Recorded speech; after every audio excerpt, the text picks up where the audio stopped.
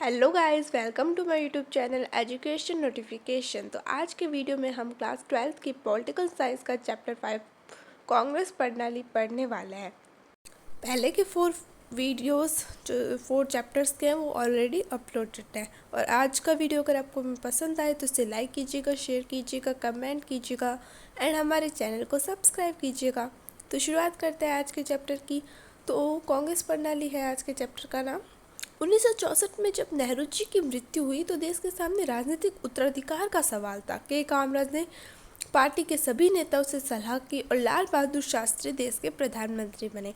1964 से 66 तक एलबीएस लाल बहादुर शास्त्री प्रधानमंत्री रहे। उस समय देश में कई समस्याओं का सामना करना पड़ा।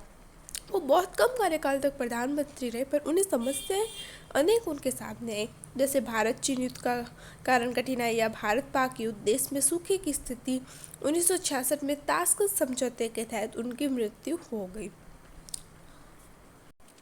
लाल बहादुर शास्त्री जी की मृत्यु के बाद इंदिरा गांधी तथा मोरारजी देसाई के बीच कड़ा मुकाबला था। इंदिरा गांधी कांग्रेस के अध्यक्ष पद पर रह चुकी थी, एलपीएस के मंत्रिमंडल में सूचना मंत्रालय का काम संभाला और नेहरू जी की पुत्री भी थी। मोरारजी देसाई बम्बई के मुख्यमंत्री रह चुके थे। इंदिरा गांधी ने 2/3 बहुमत के साथ मोरारजी देसाई को हरा दिया। नेताओं ने यह सोचकर समर्थन किया कि कम अनुभवी होने के कारण फैसला लेने के लिए निर्भर रहेगी। उन्हें लगा, जो वरिष्ठ नेता थे, उन्हें लगा कि इंदिरा गांधी फैसला लेने के लिए हम पर निर्भर रहेगी क्योंकि अनुभव कम है, इसलिए। चौथा आम चुनाव 1967। इस समय 2 प्रधानमंत्री का देहावसान हो चुका था, पंडित नेहरू व लाल बहादुर शास्त्री जी। इंदिरा गांधी को कम अनुभवी माना जा रहा था। देश में मानसून की असफलता, सूखा, खाद्यान्न संकट, विदेशी मुद्रा में कमी, रुपए का अवमूल्यन जैसी अनेक समस्याएं थी। आर्थिक संकट के कारण मूल्यों में बढ़ोतरी हुई। इसमें देश में बंद, हड़ताल जैसा माहौल रहने लगा। विपक्षी दल जन विरोध की अगुवाई कर रहे थे। सभी विपक्षी दल जो विचारधारा के आधार पर अलग थे, सभी एकजुट हुए। राम मनोहर लोहिया ने इसे गैर कांग्रेसवाद कहा। जब चुनाव के नतीजे आए तब कांग्रेस को राष्ट्रीय तथा प्रांतीय स्तर पर धक्का लगा। कांग्रेस को लोकसभा में जैसे तैसे बहुमत मिला तथा 7 प्रांतों में हार हुई। 2 में दल बदल के कारण सरकार नहीं बना पाई। इन चुनावों में गठबंधन की परिणति सामने आई। कई राज्यों में गैर कांग्रेसी दल एकजुट होकर संयुक्त विधायक दल की सरकार बनाई। दल बदल, जब कोई विधायक किस दल से चुनाव जीतता है तथा चुनाव जीतने के बाद अन्य दल में शामिल हो तो उसे राजनीतिक दल बदल कहते हैं। कांग्रेस में विभाजन। कांग्रेस को असली चुनौती विपक्ष से नहीं बल्कि अपनी पार्टी के भीतर सिंडिकेट से मिले। अब आप सोचो कि सिंडिकेट क्या था। सिंडिकेट कांग्रेस के भीतर प्रभावशाली नेताओं का समूह था। 1967 के बाद 2 चुनौतियां थी। राजनीति का मुकाम पुनः हासिल करना। जो चुनाव में पहले कांग्रेस को सफलता हासिल थी, जो कांग्रेस का पहले दबदबा था वो अब डगमगाने लगा था, तो उस मुकाम को फिर से हासिल करना भी इंदिरा गांधी के सामने एक प्रमुख समस्या थी। और दूसरी जो समस्या थी वो थी कि सिंडिकेट से प्रभाव से मुक्त स्वतंत्र होना। अपने जो दल है कांग्रेस, उसमें सिंडिकेट एक महत्वपूर्ण नेताओं का समूह था, उनके प्रभाव से मुक्त स्वतंत्र होना।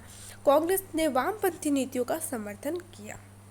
सिंडिकेट तथा इंदिरा गांधी की गुटबाजी जो राष्ट्रपति के चुनाव में सामने आई। जाकिर हुसैन की मृत्यु के बाद सिंडिकेट को नीलम संजीव रेड्डी को समर्थन किया तथा इंदिरा गांधी ने वीवी गिरी को समर्थन किया।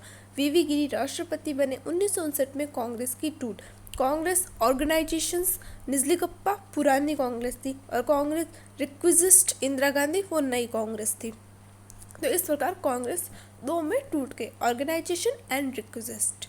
कांग्रेस ए तथा कांग्रेस आर, जिसमें फर्स्ट जो पुरानी कांग्रेस था वो निजलिगप्पा के थ्रू थी और सेकंड जो नई थी वो इंदिरा गांधी में थी। 1971 के चुनाव में कांग्रेस अल्पमत से सत्ता में, क्योंकि सिंडिकेट अलग हो चुका था।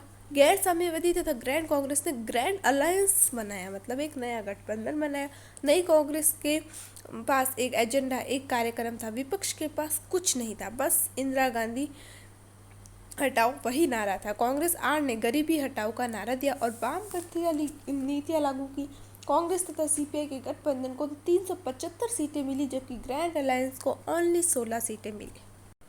तो इस प्रकार हमने देखा किस प्रकार इंदिरा गांधी जब सत्ता में आई थी तो उनके पास कौन कौन सी समस्याएं थी, उन्होंने कैसे उसका समाधान किया, चुनाव में क्या स्थिति रही, इस बारे में हमने इस चैप्टर में पढ़ा। अगर आपको मेरा वीडियो पसंद आए तो इसे लाइक, शेयर, कमेंट एंड हमारे चैनल को सब्सक्राइब जरूर कीजिए। Thank you for watching my video.